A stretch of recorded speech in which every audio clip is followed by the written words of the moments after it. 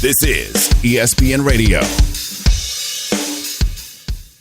Do it in the postseason, do it without Belichick, do it in the Super Bowl. We're going to keep moving the goalposts on an argument surrounding two of the all-time greats until we're blue in the face. But as we've looked at this matchup here on Canty and Golick Jr. on ESPN Radio, the ESPN app, and Sirius XM Channel 80, Mike Golick Jr. and Chris Canty. Chris, we've talked so much about the Seth Wickersham book that's coming out. We've talked so much about the X's and O's that are going to happen. And we'll have plenty more time tomorrow to dive into that because we know this game is not going to be Tom Brady in an open fist fight with Bill Belichick at the middle of the field. As much as we would all like that here at the Four Letters, it's going to involve a lot of other people. But, Chris, the emotional side of this is probably something we haven't talked nearly enough about here. Like, Tom Brady is a fiery guy. He's doing the sit-down interviews. He's been on all the sorts of different shows, but this is still going to be a different ride emotionally for him heading back into a stadium with all these memories. Oh, no question about it. And one of the things that we've been talking about this week was how things ended in New England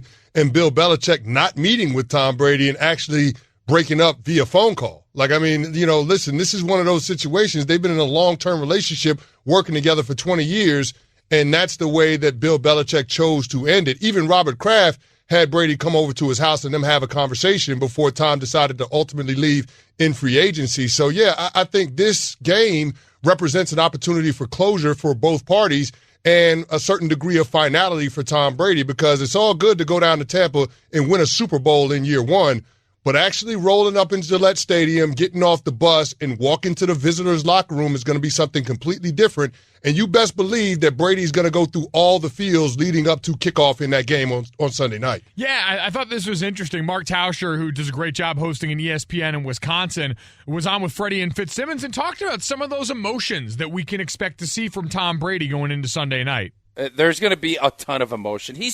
I know everybody doesn't think Tom's human because of what he's able to do, but human nature, he has a lot of relationships up there, and it's going to be uber emotional. Even if he didn't want it to be, he is going to be focused on winning the football game, but this isn't a normal game.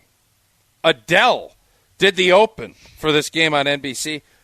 This is a big deal, and it's going to be tough to not let emotions get the better of Tom this weekend. If you think that bit of marketing hasn't seeped in, I came in today, and Chris Canty is belting out Adele in the pre-show meeting. I had to, man. What do you want from me? It fits it so perfectly, right?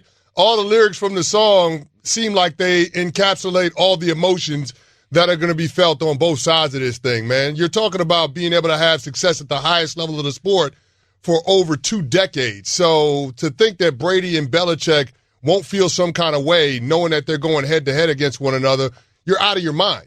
I mean, I remember as a player going up against my former team, playing against my former head coaches, and yeah, you experience this whole range of emotions. It's a completely different animal. And as a player, it's next to impossible to prepare yourself for that experience. So yeah, this is going to be something that's new on Tom Brady. And it's hard to say that for a guy that's playing professional football into his mid-40s, but this is something that he's never experienced before, and I think everybody wants a front row seat to see how he's going to handle that emotion. Yeah, Chris, I want to go into more of the psychology walking into that game, because in a very different way. I was reading an article by Richard Johnson, who does a great job over with us in the SEC Network covering college football, and he talked about the upcoming Notre Dame versus Cincinnati game where Marcus Freeman was a coordinator for so many years in Cincinnati, knows Luke Fickell in that group. You've got a bunch of other coordinators with experience, and one of the quotes in the article said that familiarity can almost hurt you in some instances because you go into the game and you know everything about the person you're getting ready to face, and so you try and stop everything that person's going to give you instead of addressing, all right, what do I need to really deal with? What are the few things I'm actually going to see in all this? So for you, as you went into that game here, certainly quarterback and defensive line are going to have their differences, but was it almost hard to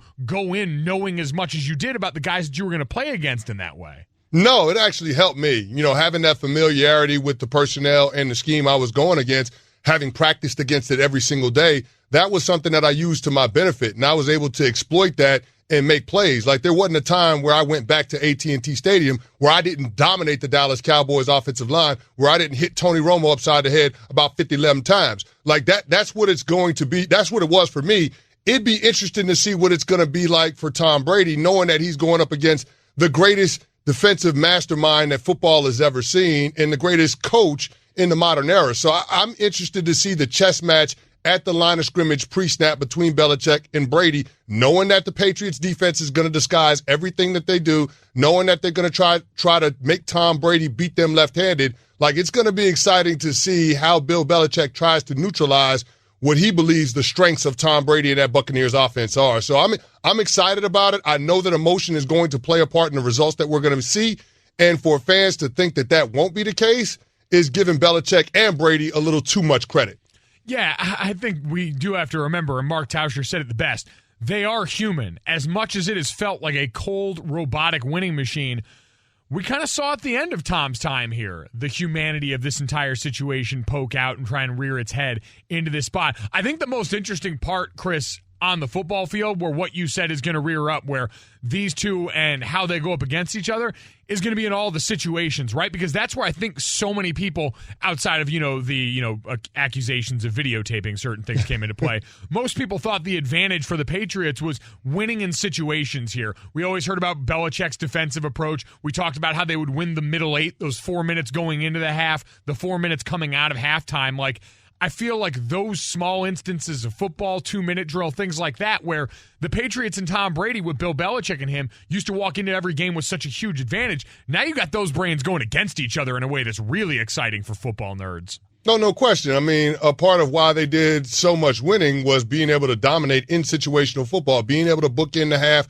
with scores, being great in 2 minutes, being great on third down, being outstanding in the red zone. So both of them know the importance those aspects of the game can be in terms of determining the outcome. So, this is going to be epic in terms of those two going back and forth and trying to get the hidden advantage that lies within every single game based on those special situations. But beyond that, just looking at these two going head-to-head, I mean, all of that frustration that Tom Brady experienced at the end of his tenure with the Patriots, and then hearing what Alex Guerrero had to say last week, hearing what Tom Sr. had to say last week, you know that Brady feels some kind of way about being shown the door, and he's not quite over that just yet.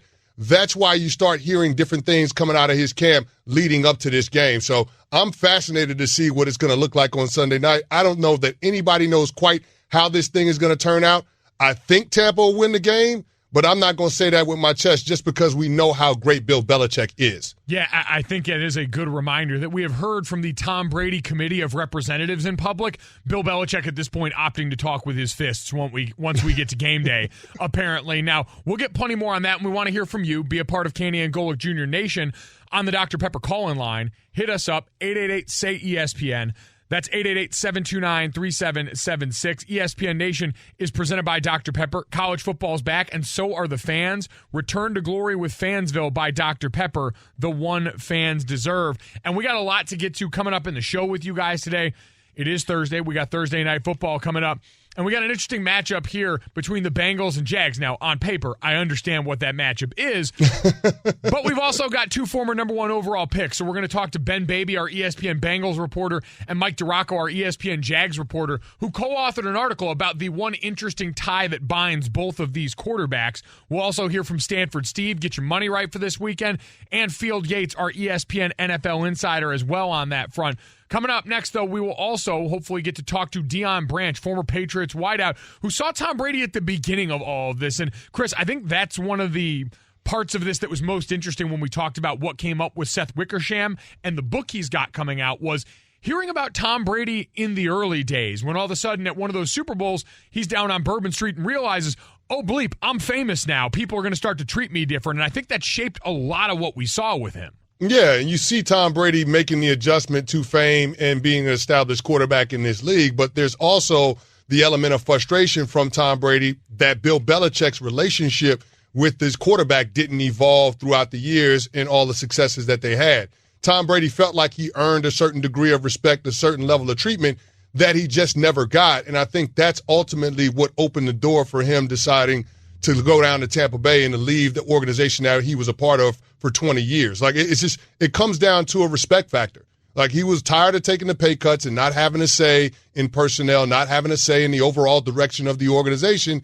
And then beyond that, Bill Belichick continuing to undress him in front of the entire team and not showing him the respect level that he felt like he earned based on his play. So I think that's the thing that led to the frustrations that Tom and Bill had at the end of it.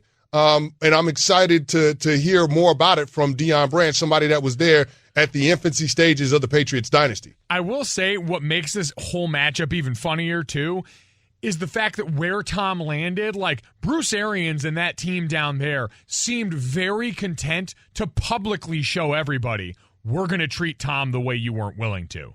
Mm-hmm. Like Bruce Arians is willing to be that ex that you're flaunting on Instagram and all of this. So you see Bill doom scrolling at night, and you might see him. He checked up. He looked in on the story here because he couldn't resist seeing what you've built down there. That's never a good thing to do, Gojo. No. Never a good thing. No, I promise. Just unfollow your ex. It's never worth it, guys. Trust me. Now, let's get from that side, though. Jenna Lane, our ESPN Bucks reporter, was on with Keyshawn, J. Will, and Max, and he talked about, from that perspective, from Tom Brady and his entire new team, how the Bucks have approached this week of practice. There's not a whole lot that really stands out, except for the fact that the Bucks aren't going to be staying in Boston. They're not going to be staying in Foxborough at Patriot Place. They're going to be staying in Providence, Rhode Island, about 23 miles away from all the action and all the activity. So they're going to be fairly insulated from a lot of the hoopla and frenzy that's been going on throughout the week leading up to this game. They're not even going to be allowed to leave the team hotel, but that's actually because of Bruce Arians' rule regarding COVID-19. It was the same thing last week when the team was in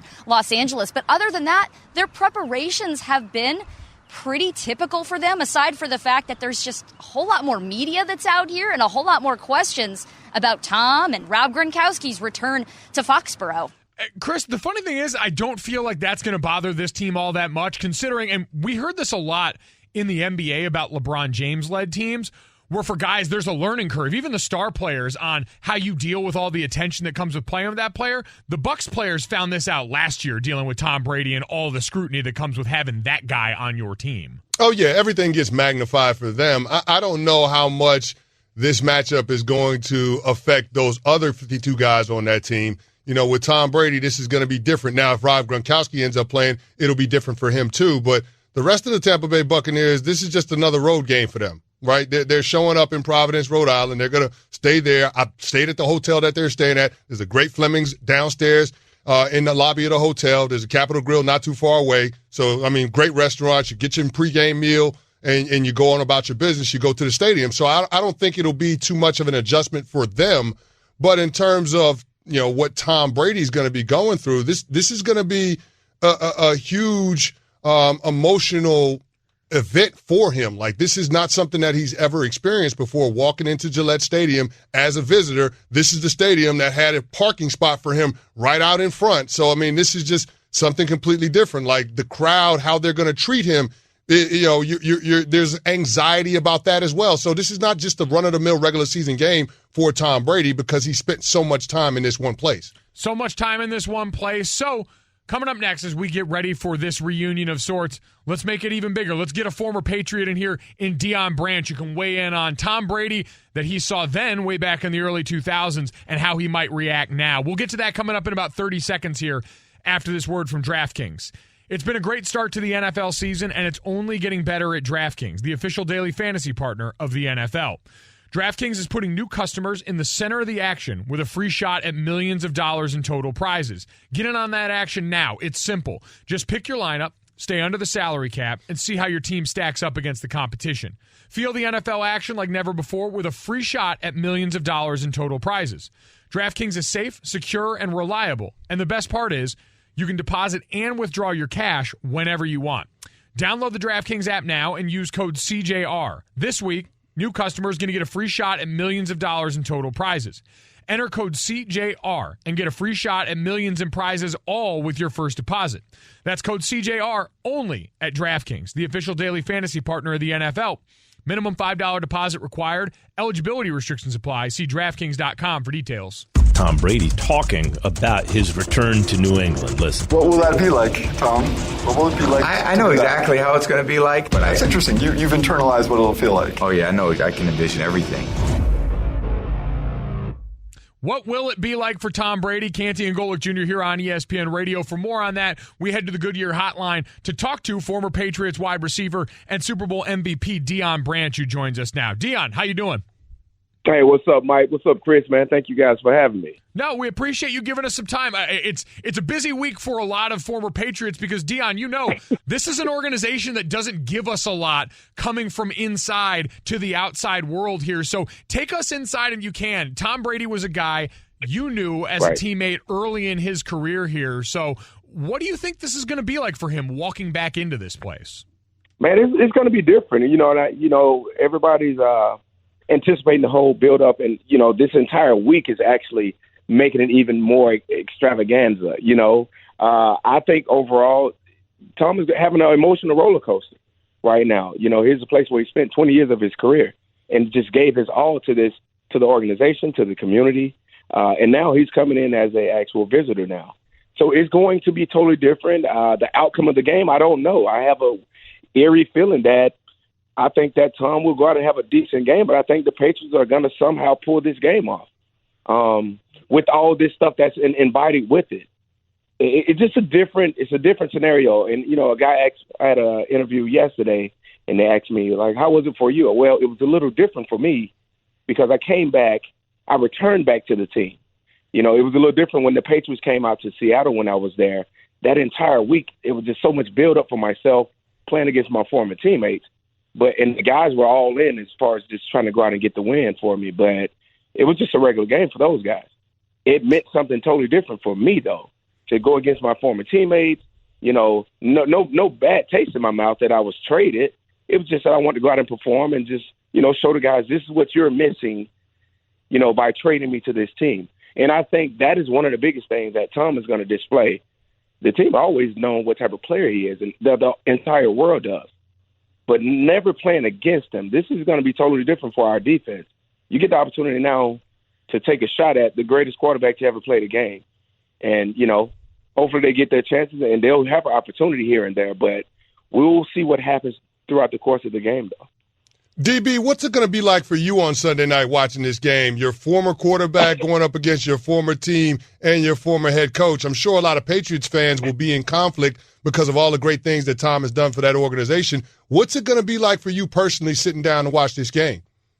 Yeah, Chris, man, Tom and I, we pats and texts and stuff. I'm never one of the guys who bother the players and stuff during the season. But me personally, man, I'm happy for Tom. I'm super proud for him. I also I'm super biased. I'm pulling for the Patriots, but I want Tom. I want Gronk. I want those guys to have a great game. I want those guys to go out and play ball. And they're going to do everything they can to possibly lead their team to be victorious Sunday night. But overall, honestly, Chris, man, you know how it is. I'm pulling for my Patriots. But I want my guys to have a good game. And like I said earlier, I think somehow, some way, the Patriots are going to pull this game off. Dion Branch with us on the Goodyear Hotline. Knowing this organization as well as you do, were you surprised they let Tom go? Were you surprised he didn't finish his career in a Patriots uniform? Yes, I was surprised that they didn't somehow figure this out. I was super surprised. And not only that, I was super surprised just to see, but I knew if Tom if he was going to lead, it had to make sense for him. It had to make sense for his wife. It had to make sense for his entire family. And I don't think what better place than to be down in Florida. You get what I'm saying? So I think those things were aligned. I just wish that they could have somehow got it right. That's just my personal opinion. But I was super surprised that they didn't get it done because you never want to see it end that way. For clearly someone who spent 20 years, that you would think deep down inside, this is where he's going to retire. And it just didn't happen that way. Dion, do you think it was a misstep by Bill Belichick to let Tom Brady walk out of the door? I wouldn't say that, Chris. You know how it is, man. We try not to, I know we all played, me, you, Mike played. I mean, we're trying not to get involved with the general manager side of things and how these guys are thinking. On a player side, yes. But on the business side, I would say I think they probably feel as if, this was the best decision for our organization at that particular time. I don't know how you can think that or say that. You get what I'm saying? But I think that's what they were thinking. Like, hey, it's not going to work. Let's just part ways and, everybody have to deal with it however they deal with it. And we're perfectly fine with the situation.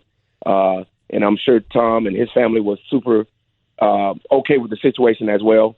But I don't think that they were probably thinking that. You get what I'm saying?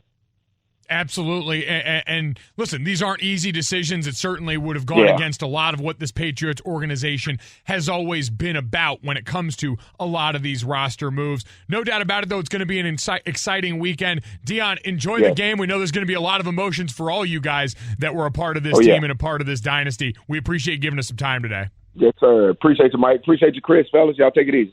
And that is, again, former Super Bowl MVP and Patriots wide receiver Deion Branch, kind enough to join us ahead of Tom Brady's return to Foxborough this weekend. Coming up next, though, we got a game tonight that features two guys that were picked 198 picks before Tom Brady in their respective drafts. And if we were going to start again tomorrow, Chris Canty believes there is one clear-cut choice for who that guy should be. We'll tell you who it is next here. Canty and Golick Jr. on ESPN Radio and ESPN+. Sonos is the official sponsor of ESPN College Football. Experience the best sound anywhere, everywhere with Sonos Roam, the ultra-portable smart speaker for listening at home and on the go. Waterproof and drop-proof, Roam is always ready to play. And the lightweight design and long-lasting battery make it the perfect companion for tailgating. Enjoy hours of music, sports, podcasts, and more from all your favorite streaming services over Wi-Fi and Bluetooth. Connect Roam to other Sonos speakers around your home for an immersive listening experience that brings every room and everyone together. Visit Sonos.com to learn more. If there are friends and family members you haven't talked to in a while, don't worry. It's never too late to reconnect. To help, AT&T is offering deals on the latest smartphones. It's not complicated. Everyone deserves something new. So, AT&T is giving new and existing customers their best deals on every smartphone, even the latest ones. Restrictions and exceptions may apply. Visit att.com for details. This is ESPN Radio. Canty and Golick Jr. here on ESPN Radio and ESPN+. Mike Golick Jr., Chris Canty. We're presented by Progressive Insurance, and it's time for Straight Talk, brought to you by Straight Talk Wireless, because before we look at it, and Bill Barnwell, who does a great job writing for us here at ESPN, took a look at some of the struggles in the early season of all the rookie quarterbacks. We got an interesting matchup of former number ones tonight in Thursday Night Football, Chris. The Jags and the Cincinnati Bengals meet on Thursday night, and while this seems like a matchup we would normally outsource to London in prior years, at the very least, getting a look at these guys seems like it'll be pretty entertaining, Chris, because now we get to ask the question about which guy, had they come out in the same draft, one of us would take. Yeah, I mean, listen, when you start comparing the two quarterbacks, as far as the physical gifts go, there is no debate. Trevor Lawrence is the more physically talented of the two, but it all comes down to the intangibles for me, man. And Joe Burrow's path to getting to where he is right now is the one that would make me want to believe in his ability to be able to lead, his ability to be able to overcome adversity. And let's face it, when you get drafted number one, there's going to be a whole heck of a lot of that, because the organization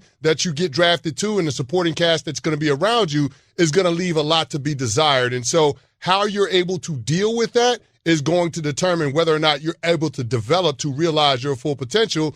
And when it comes to Joe Burrow, I just feel like I have a lot more confidence that he's going to be able to overcome some of those obstacles early on in Cincy a little bit better than Trevor Lawrence is down in Jacksonville. Yeah, that's going to be the interesting part of this, Chris, because I'd argue both of the guys are pretty good in the way of intangibles. Like Trevor Lawrence, the leader in the last couple of seasons in his college football tenure, when you had things, I mean, outside of even the world of sports, like Trevor Lawrence and Justin Fields were two of the leaders of the movement that really helped bring college football back in 2020. Trevor Lawrence was, I always thought, a great sort of block for it, because you know how this goes, right? Especially in college. You're not always at liberty to say a ton as a college player. There's a fair amount of pressure from those staffs and control. And Trevor Lawrence coming out and being as vocal as he was about some of the things that went on off the field kind of gave his teammates, who were, dealing with a lot in the way in a summer full of racial injustice, all the things that we talked about there, he gave them a lot of room to do that by stepping out and really being the voice of that before even Dabo Swinney felt like joining the party. Oh, no question. And you applaud Trevor Lawrence for all of the things that he's done off the field as well. Like, he was a pillar in that Greenville, Spartanburg community when he was at Clemson. And you appreciate, him being able to have his teammates' backs when it came to the fight for social justice and things of that nature. But what I'm talking about is adversity on the football field. Trevor Lawrence in high school and college, 86-4 record. Only losses you're talking about playing in the college football playoff. Like, it's just, for me, it's one of those situations where if a player hadn't experienced that in his football career, I'm not quite sure how he's going to react to that.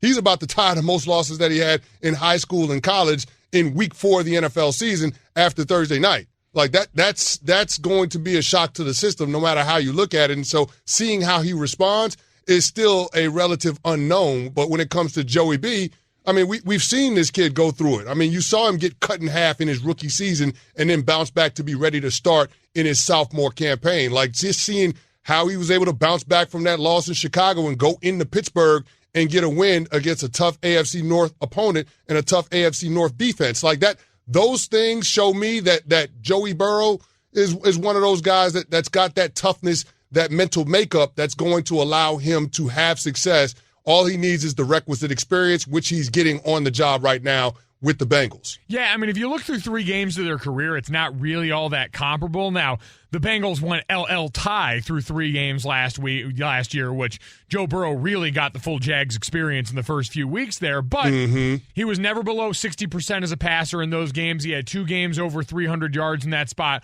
whereas Trevor Lawrence, we know what it's been through the early portion of the season here. He's got 1 game above 60%. He's got 1 game above 300 passing yards. It's been ugly. There's been a lot of turnovers, interceptions, but I think this is also one of those spots where we saw a very different approach from Cincinnati here, and this is part where coaching comes into play. I don't know a ton about Zach Taylor as a person. He doesn't come in with nearly the resume that Urban Meyer does, and I think a part of that kind of benefits Cincinnati because we're going to look on the other side of what's going on in Jacksonville, and we've already seen not a lot of the things in the way of motion, max protection that generally tend to help quarterbacks, and it's gotten Trevor Lawrence hit a lot in a way that we did see with Joe Burrow. Yes. It's kind of predictive and can show you like you're putting your quarterback in harm's way and could get him hurt in a way that sets him back the way it did Joe. No, you're right about that. And one of the interesting things that I read in the Baby and Duraco article was about how Urban looked at Joe Burrow and, you know, just the toughness that came with being a 2-sport athlete, you know, getting hit in the mouth and being able to deal with that and process that and come out on the other side better for it. Like, that's one of the things that Urban admired about Burrow's game. And so I think there's something to be said for that, having that kind of experience, not necessarily having everything handed to you and having to come up the hard way, having your career start out at Ohio State and then breaking your hand and then losing the starting job, having to transfer to LSU and kind of reinvent yourself. I think there's something to be said for going that unconventional path, that road less traveled, and then being able to come out on the other side of that as a number 1 overall pick. Like, there's value in that because ultimately that's how the development of young quarterbacks in this league goes. It's not linear. This is going to be a lot of ebbs and flows, a lot of ups and downs, and how you manage that, how you deal with that is ultimately going to determine your success level. And I just feel like Joe Burrow has the inside track just because of the adversity that he faced in the collegiate ranks, adversity that Trevor Lawrence has never had to deal with. No, but man, there's something to be said for your quarterback being the same dude no matter what's going on right now. And I feel like we've seen Trevor Lawrence already through a few weeks. He'd been hit. He has lost more than he ever has. And this has been a guy who still seems pretty unflappable. Like for me, and this is probably because talent-wise, I wasn't that dude ever as a player. I am very drawn to freakish talent. Like, I look in these spots and say, man, if all things are considered equal and you're bringing someone in to start a team, you're not even thinking twice about taking Trevor before you take Joe. Like, whether it's the arm, whether it's mobility, where maybe you can skew in favor of Joe a slight bit on that one, but the physicals are off the charts here, and the mental for a guy that walked right into one of the biggest programs in college football and immediately went out and bludgeoned the Giant in Alabama in the championship game. I think there's some stuff to that is pretty appealing to me and is why I'd still lean his way. I saw him do things that very few people are capable of doing in college in an offense in Clemson that gets a lot more credit than I think it deserves for putting guys in a position to win. No, there's something to be said for the freakish athletic ability, and everybody gets enamored with seeing that spectacle. But, Mike, I'll also tell you that it's not just about the physical ability, right? Like, we've seen number 1 draft picks that have incredible arm talent just not work out. I mean, you can run down the list. Jamarcus Russell and Jeff George, Sam Bradford, like you name it. You've seen guys that have those freakish type of abilities, and yet for whatever reason, it doesn't necessarily work out. It has to do with the 6 inches between their ears. And so I'm not saying that Trevor Lawrence won't have success in the NFL. All I'm saying is I feel like it's a little bit of an unknown just because this is a player that's had so much success at every level of the sport that he's played. He's never really had to deal with any type of hardship or any type of adversity, and now he's with the Jacksonville Jaguars, which has been one of the worst run franchises in the last several years in the National Football League. So I'm not quite sure that I have a lot of confidence in the coach that's responsible for developing him too, which is why I kind of lean toward Joe Burrow being, a guy that can kind of develop into, one of those players that can, be a perennial Pro Bowl, All-Pro type of quarterback. Straight Talk Wireless, no contract, no compromise, and you can hit us up 888-SAY-ESPN, 888-729-3776. Which quarterback are you taking to start the franchise as we head into Thursday night tonight, Burrow or Lawrence? Coming up next, though, Trevor Lawrence is one of just a handful of rookies this year to get their start at quarterback from that first-round class that we all ranted and raved about. It's time we get around to some more of these weird Justin Fields takes you guys have been spitting out this week. We will address the elephant in the room next on ESPN Radio. Millions of ESPN fantasy players need to be confident they're making the right decisions. By analyzing billions of data points, IBM Watson is delivering insights to help them make smarter decisions and to keep ESPN at the top. Visit IBM.com/fantasyfootball to learn more. How do you banish high rates on car insurance? You switch to Geico during Geicoine. October is their favorite time of year, and the folks over at Geico have been working even harder to cast out high rates and craft just the right policy for you and your family. Switching to Geico isn't so scary, especially when they make it easy to bundle your home, car, boat, cycle, or RV insurance. So visit Geico.com today and see if saving money is in your future. No fortune tellers needed. Happy Geicoine! This is ESPN Radio. Canty and Golo Jr. here on ESPN Radio. We're brought to you by Goodyear, with you for every mile on the road to greatness. Goodyear, more driven. And you heard it was all bad in week one for Justin Fields in Chicago. But, Chris, I should say his first week in week 3. But it has been really all bad so far for the rookies in the NFL playing quarterback right now through 3 weeks. Heading into week 4, the rookie quarterbacks who have started at least a game that were drafted in the first round have posted a collective total QBR of 26.4. For comparison, in 2018, we also had 5 rookie quarterbacks go in the first round. That group, by the time we got to week 4, had posted a collective QBR of 47.2. Now, lots of different circumstances there, but Chris, still a lot of tough sledding for a lot of talented guys. No question about it, Mike. And we continue to talk about this all the time, like the jump from college to pro, the learning curve that comes along with playing quarterback at the professional ranks. It's a lot tougher. And so these quarterbacks' heads are spinning. The offense, there's more on their shoulders in terms of being able to run the operation, being able to make the pre-snap adjustments in real time at the line of scrimmage, knowing that the defenses that you're facing are more multiple than you get at the college ranks. Like, it's a lot of information for those young quarterbacks to process. And on top of that, you've got the adjustment to the speed of the game because you're dealing with better athletes. So, yeah, I can understand why rookie quarterbacks are continuing to struggle. And then you think about the quarterbacks that are actually playing early, they're on bad franchises, so the supporting cast is not the greatest. So, yeah, it's going to lend itself to them making a lot of mistakes, trying to figure out what they can and can't get away with in terms of the throws and things that they can do at this level. I mean, it's going to lead to some poor outings, and that's what we've seen from Trevor Lawrence. That's what we've seen from Zach Wilson, and that's what we saw from Mac Jones last week as well as Justin Fields. So I'm not surprised that they're struggling, but I'm still a believer in making sure that you get those guys out there on the field, because the best way to improve at football is actually playing football in meaningful games. Yeah, Chris, the one thing that's kind of disheartening about all this is, and this is just kind of a byproduct of the time we're in right now, where it's got to be one very staunch stance of rookie quarterback should play, rookie quarterback should sit. It's like, all right, listen. When you look at these situations, what you've got is this. You have got something we've seen forever. Top overall picks, guys picked in the top 10, playing early because, like you said, what other options do you have? You're picking up there because you stink.